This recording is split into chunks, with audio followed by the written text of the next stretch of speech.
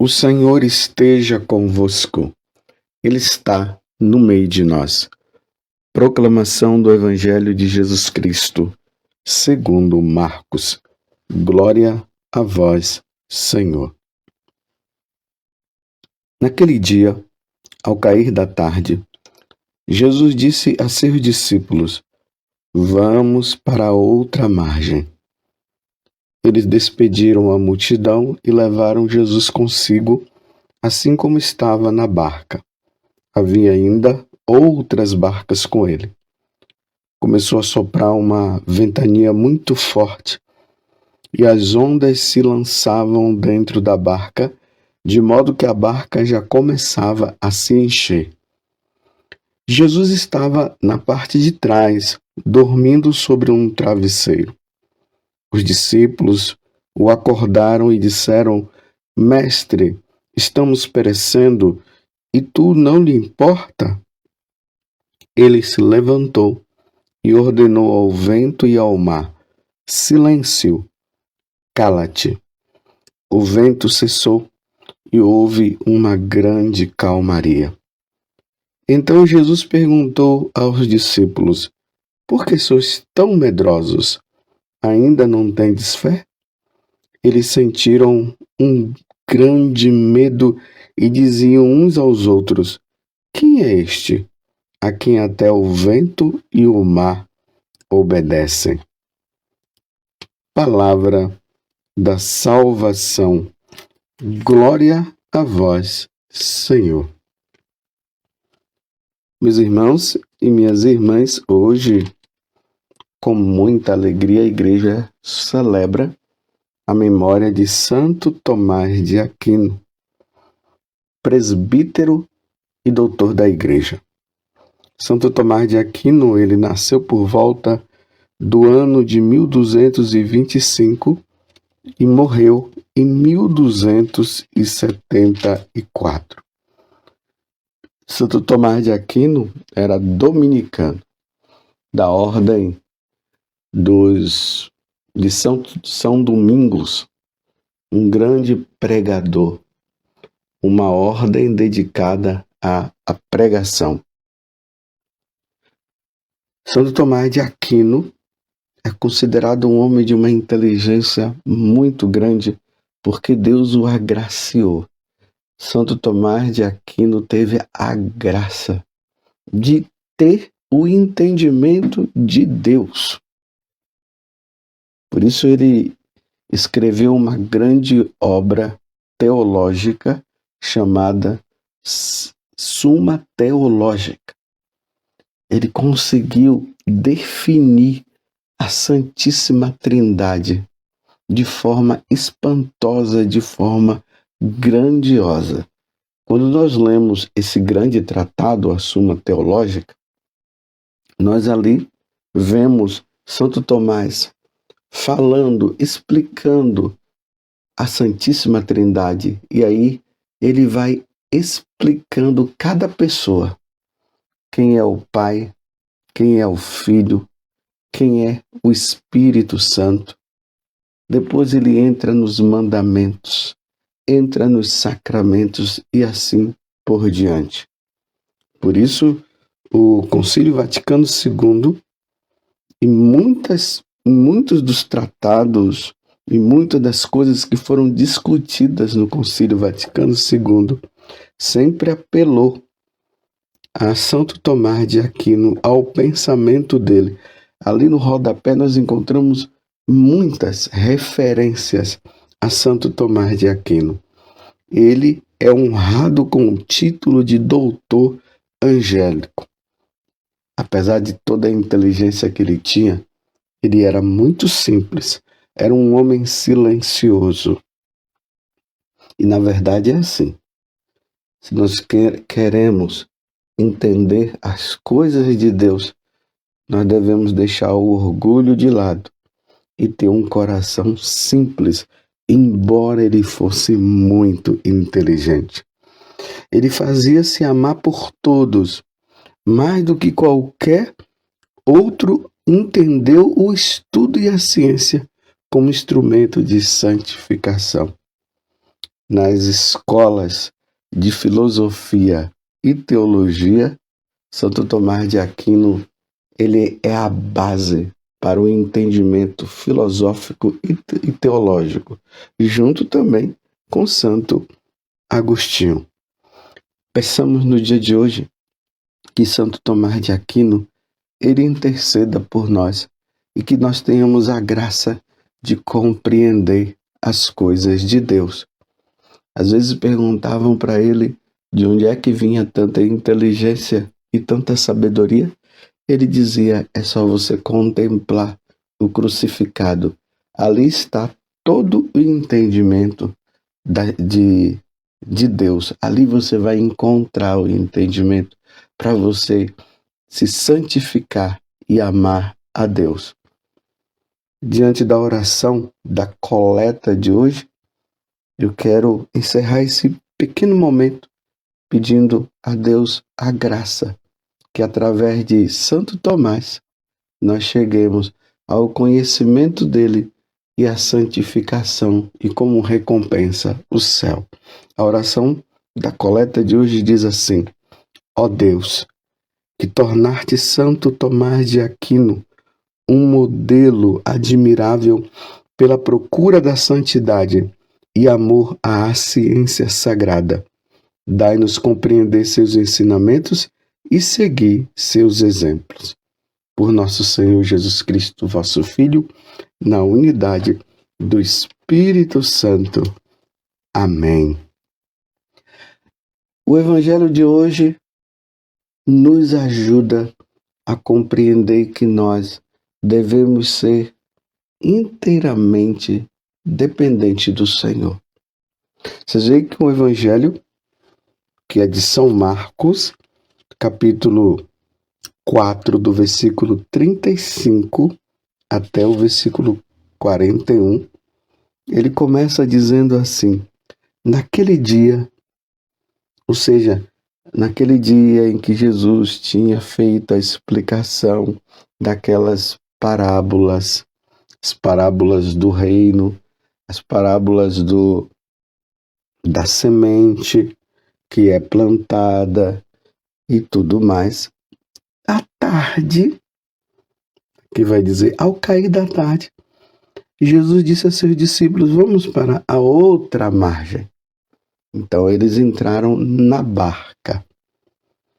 Lembremos que eu sempre estou falando nesses dias que São Marcos, ele vai narrando a vida de Jesus ali na região da Galileia, principalmente nessa região.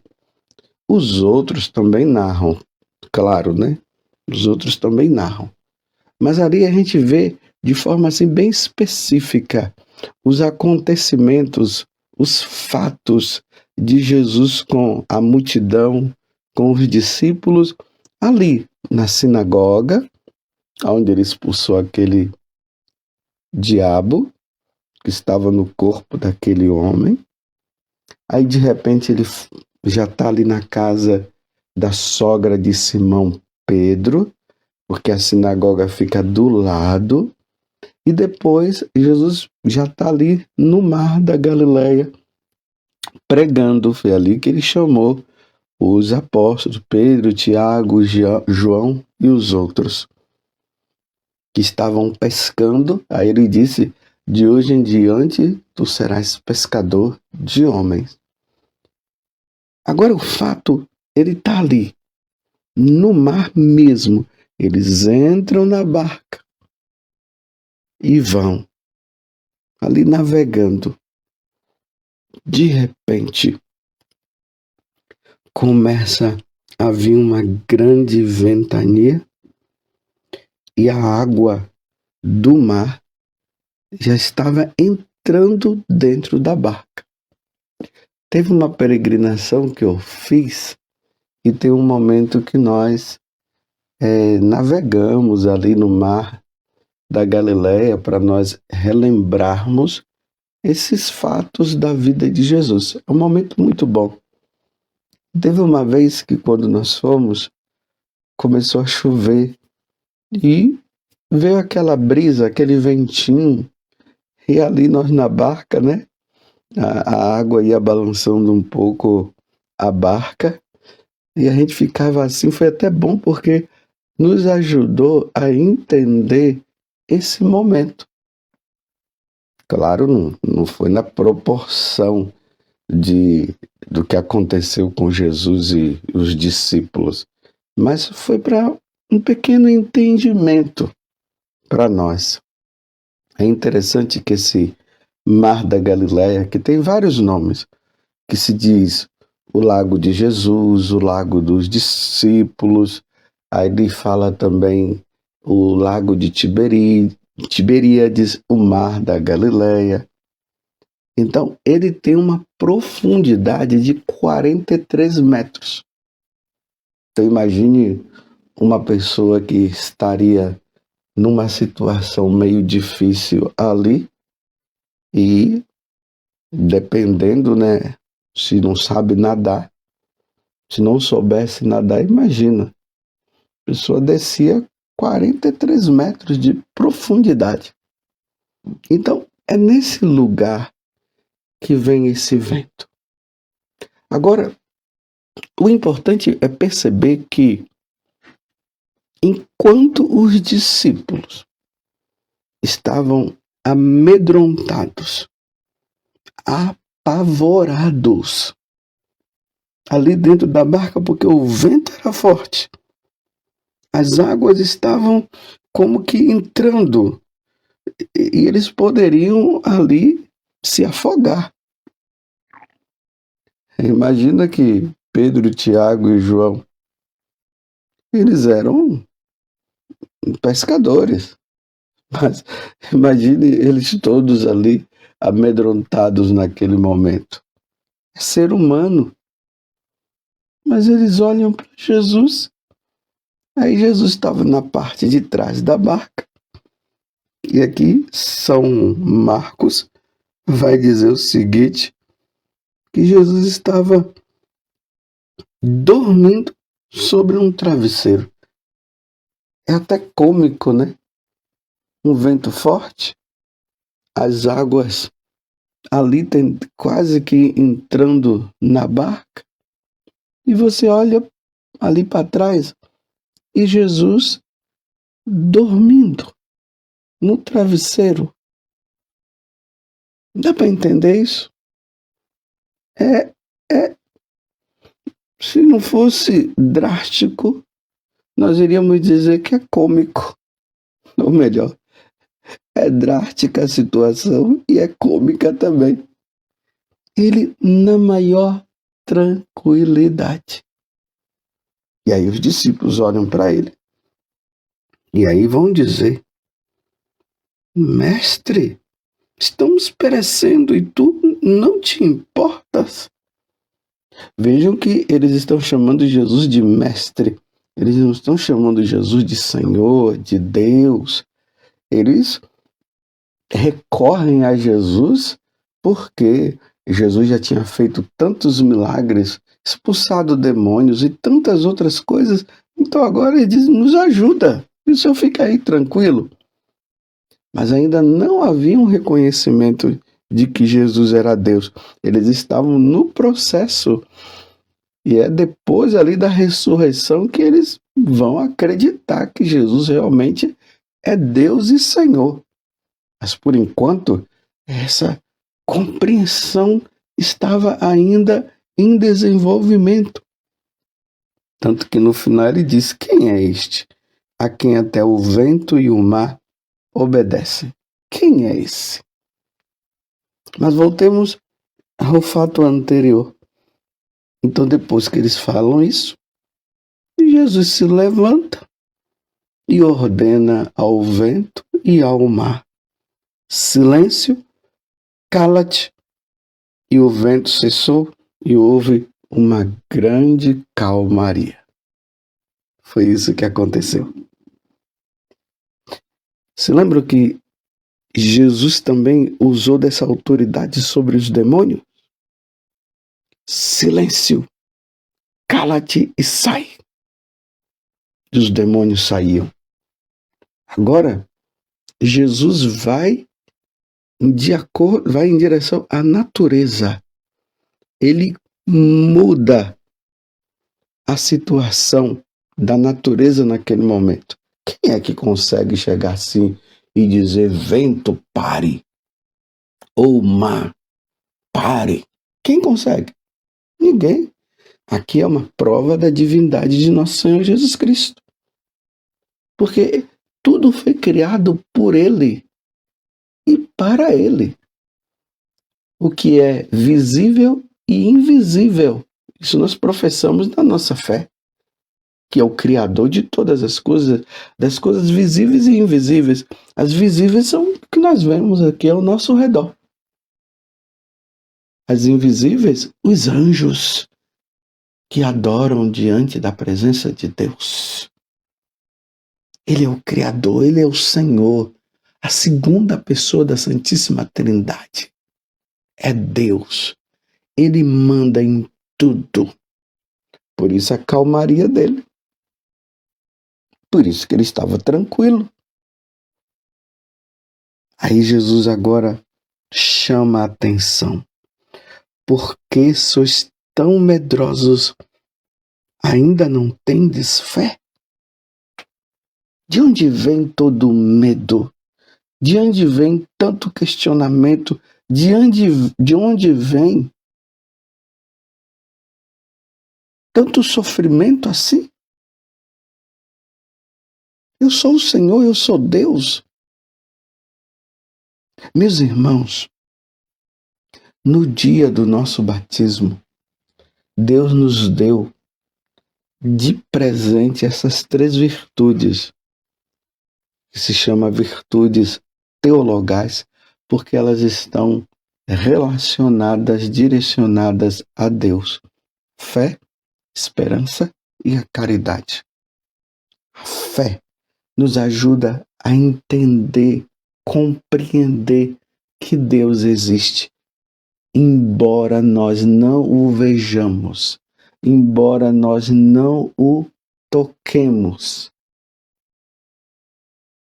embora nós não o sintamos. Deus existe. E a esperança que nos faz acreditar na existência desse Deus que está lá no céu, que está ao nosso redor também, mas que ele habita no céu e que um dia nós estaremos lá. E aí a esperança nos dá força para nós vivermos bem as dificuldades que estão aqui nesse mundo. E a esperança, mas tudo isso vai passar. Lá na carta aos Romanos, no capítulo 8, São Paulo, ele se expressa justamente dessa forma, que os sofrimentos da vida presente não têm comparação nenhuma com a alegria e a felicidade que nós teremos no céu. É baseando-se nisso que os mártires, eles iam e professavam a fé em nosso Senhor, sabendo que em poucos minutos eles estariam no céu junto com Deus. Então eles superavam aqueles sofrimentos e aquelas dificuldades que eles passavam no momento. Os algozes, achando que estariam tirando a vida deles, eles diziam: não, vocês não estão tirando a vida, vocês estão nos proporcionando a vivermos a verdadeira vida. E a caridade, que é o amor por excelência. Esse amor a Deus, esse amor que nós devemos ter a Ele acima de qualquer coisa. Então, no dia de hoje, meus irmãos, Jesus está dizendo assim: por que você está desta forma? O porquê dessa tristeza? O porquê dessa falta de fé? Você pensa que eu estou de braços cruzados? Vocês pensam que eu estou dormindo? Deus não dorme. Deus não dorme, não.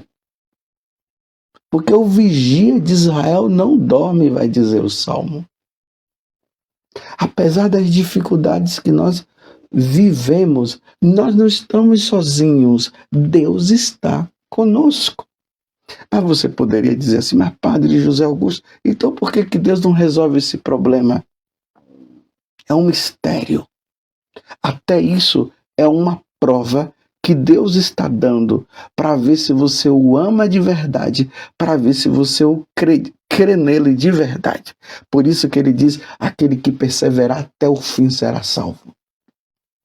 Vocês pensam que Deus está alheio a essa situação que nós estamos vivendo no Brasil hoje? E no mundo, não somente no Brasil, e no mundo, você pensa que Deus não está vendo? Ou você poderia aproveitar disso, como os ateus dizem, né? Se Deus existe, por que ele deixa nós passarmos por essa situação? Deus nos deixa passar por muitas situações para nós provarmos o nosso amor a Ele. É muito fácil dizer que nós amamos a Deus quando está tudo bem, quando todas as dificuldades são superadas. Mas acreditar em Deus na hora do sofrimento, na hora da prova, só quem tem fé. Então ele faz esse questionamento. Por que sois tão medrosos? Ainda não tendes fé? Por causa desse medo, o porquê disso, nós cremos. O Senhor existe. Ele está no meio de nós, sim. Ele padeceu sob Pôncio Pilatos, mas ao terceiro dia ele ressuscitou e foi ao céu. Subiu aos céus e continua conosco. É preciso superar, é preciso se agarrar. Deus não está dormindo. E diante de qualquer situação que você está passando, é hora de perseverar, é hora de rezar. Quantas pessoas que na hora da dificuldade começam a arrefecer na oração, já não vai mais na missa, já deixa de rezar o texto, fica com aquele vitimismo diante de Deus e fica dizendo Deus não existe, Deus não me ama. Deus não ama você como? Olhe para a cruz e ali está a prova do quanto Deus te ama. Agora é preciso perseverar e aguardar em Deus, porque os apóstolos viam que ele estava dormindo, só que ele não estava. Ele não estava dormindo, porque o guarda de Israel, ele não dorme. O vigia de Israel, o vigia de todos os povos, de todos nós. Mesmo, meus irmãos, que nós passemos por dificuldades, não abandonemos a Deus e continuemos a dar a prova de que nós acreditamos de verdade. Agora mesmo me veio à mente o livro do profeta Abacuque. Depois vocês procurem profeta Abacuque. É um livro pequeno, se não me engano, 3 ou 4 capítulos e curtos. E o que foi que estava acontecendo ali com Abacuque?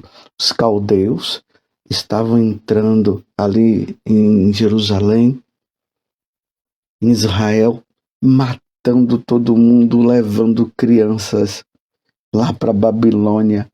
E aí Abacuque dizia, até quando, Senhor, nós vamos passar por isso? Até quando? E ele dizia, eu vou me colocar como um vigia agora. E vou ficar esperando do Senhor uma resposta. Até que Deus fala com ele, Abacuque, tudo isso que está acontecendo nesse momento é para um desfecho. E esse desfecho já está para se cumprir. Aí ele fala, o justo vive da fé. O justo vive da fé. E aí, diante dessa resposta que Deus dá, aí Abacuque cria um novo ânimo. E aí ele vai dizer assim, mesmo que falte o gado no curral, mesmo que eu plante e nada cresça, eu continuarei acreditando no meu Senhor. Olha, o justo vive da fé. Mesmo na dificuldade, nós vamos continuar crendo. Mesmo que morramos, mas nós vamos continuar crendo. Deus existe, porque nós não fomos criados para este mundo, nós fomos criados para a eternidade. Na primeira leitura hoje, na carta aos Hebreus, é ali o capítulo 11 da carta aos Hebreus. Aqui está do versículo 1 até o 19. Como é uma passagem muito comprida, a igreja na liturgia foi tirando alguns versículos, mas depois você leia todo esse capítulo 11, que ali há uma exaltação à fé, mostrando o que aconteceu no Antigo Testamento, como os homens, eles passaram por dificuldade, foram até entregues aos animais, foram até mortos, mas eles em momento nenhum, eles perderam a fé. E ali tem uma frase muito bonita que ele diz assim: eram pessoas que não eram dignas deste mundo, porque eles buscavam uma pátria maior, a pátria celeste. Busquemos, meus irmãos, a pátria celeste. Hoje, no dia de Santo Tomás de Aquino, que ele fala justamente sobre isso, que nós fomos criados para Deus e para um dia nós contemplarmos a face dele na visão beatífica, porque nós estamos aqui de passagem. Peçamos a intercessão dele e peçamos a Deus a graça de morrermos, porque na hora da morte, e continuarmos na nossa vida aqui, perseverando até morrermos, mesmo que as dificuldades venham, mesmo que os ventos fortes venham, mesmo que as águas queiram nos submergir, nos jogar lá nas profundezas, vamos continuar dizendo: eu creio no meu Senhor. Que Nossa Senhora nos ajude, ela que estava aos pés da cruz, vendo o filho morrer, mas ela sabia que ele iria ressuscitar. Louvado seja nosso Senhor Jesus Cristo, para sempre seja louvado, e a nossa mãe, Maria Santíssima.